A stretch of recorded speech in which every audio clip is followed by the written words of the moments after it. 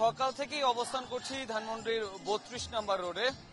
শেখ মুজিবুর রহমানের যে বাসভবন ছিল সেই বাসভবনের এই দিকটাতেই আমরা অবস্থান করছিলাম সকাল থেকে।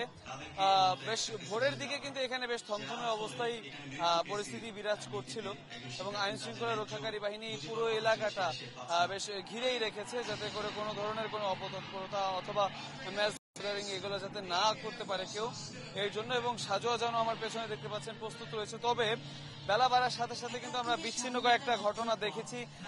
এই কিছুক্ষণ আগেই কিন্তু একজন এখানে আওয়ামী লীগের নেত্রী বা আওয়ামী লীগের কর্মী পরিচয়ে এখানে কিন্তু ফুল দিতে এসেছিল ৩২ নম্বরের এখানে যে স্মৃতিস্তম্ভটা ছিল যেটা ভেঙে ফেলা হয়েছে, সেই স্মৃতিস্তম্ভে ফুল দিতে এসেছিল একজন। তাকে কিন্তু আসলে এখানে যারা সাধারণ মানুষ আছে এবং আমরা দেখেছি যে ছাত্র দল এবং যুব দলেরও বেশ লোকজন রয়েছে, তারা কিন্তু তাকে আসলে ভেতরে ঢুকতে দেয়নি এবং পুলিশি সহায়তায় তাকে কিন্তু এখান থেকে বের করে দেওয়া হয়েছে। আমরা দেখেছি যে কিছুক্ষণ আগেই তাকে কিন্তু একটা রিকশায় করে এখান থেকে বের করে দেওয়া হয়। এর আগেও কিন্তু এরকম বিচ্ছিন্ন ঘটনা ঘটেছে।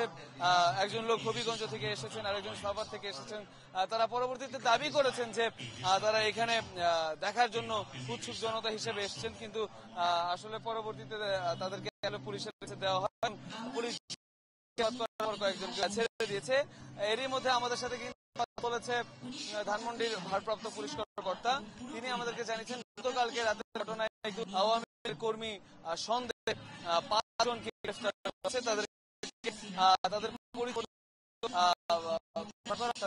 জিজ্ঞাসাবাদ চলছে এবং জিজ্ঞাসাবাদের পরে যদি তারা দোষী সাব্যস্ত হয় তাহলে তাদের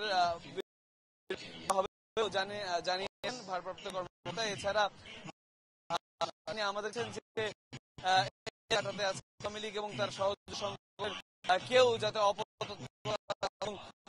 এই যে ধানমন্ডি ৩০ নম্বরের বাড়িটি আশেপাশে কোনো ধরনের মিছিল মিটিং করতে না পারে সেই ব্যাপারে কিন্তু তাদেরকে সরকারের পক্ষ থেকে নির্দেশনা দেওয়া আছে, সেই মোতাবেক তারা কার্যক্রম করছে। দেখতেই পাচ্ছেন যে আইন শৃঙ্খলা রক্ষাকারী বাহিনী কিন্তু ব্যাপক একটা উপস্থিতি এখানে আমরা লক্ষ্য করেছি এবং বেলা বাড়ার সাথে সাথে যেটা বললাম যে উৎসুক জনতার ভিড়ও এখানে বেড়েছে এবং তারা কিন্তু এখান থেকে নানা ধরনের দাবি তুলছেন, বলছেন যে স্বৈরাচার শেখ হাসিনাকে দেশে দ্রুত ফিরিয়ে এনে এখানে তার বিচার নিশ্চিতের দাবি তারা করছেন।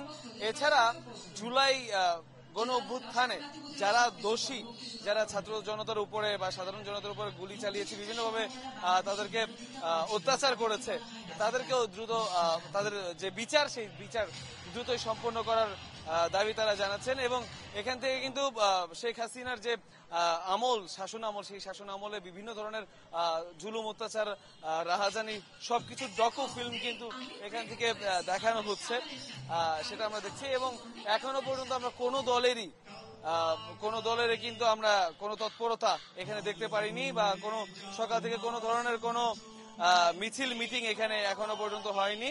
তবে একটা বিচ্ছিন্ন ঘটনা যেটা উল্লেখ করলাম সেটা হয়েছে। পরবর্তীতে কোনো আপডেট থাকলে সেটা জানিয়ে দেওয়া হবে অবশ্যই। মীরা।